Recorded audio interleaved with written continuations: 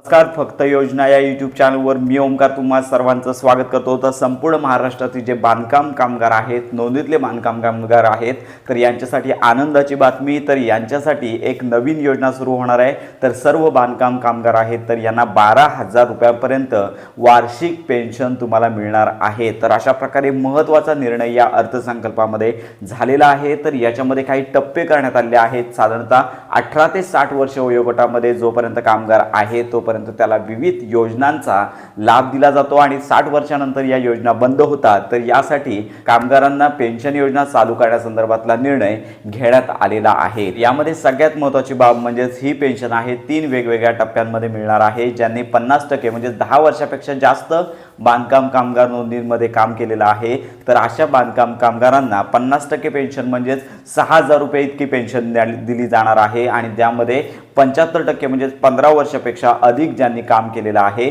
नोंदणीमध्ये कामगार होते, तर अशांना 9,000 रुपये इतकी पेन्शन दिली जाणार आहे। आणि याबरोबर सगळ्यात महत्त्वाची बाब म्हणजे 20 वर्षापेक्षा जास्त नोंदणीमध्ये जे कामगार असतील तर अशा कामगारांना वर्षाचे 12,000 रुपये तर अशी ही पेन्शन योजना सुरू होणार आहे। तर अशा प्रकारे महत्त्वाचा निर्णय बांधकाम कामगारांसाठी झालेला आहे।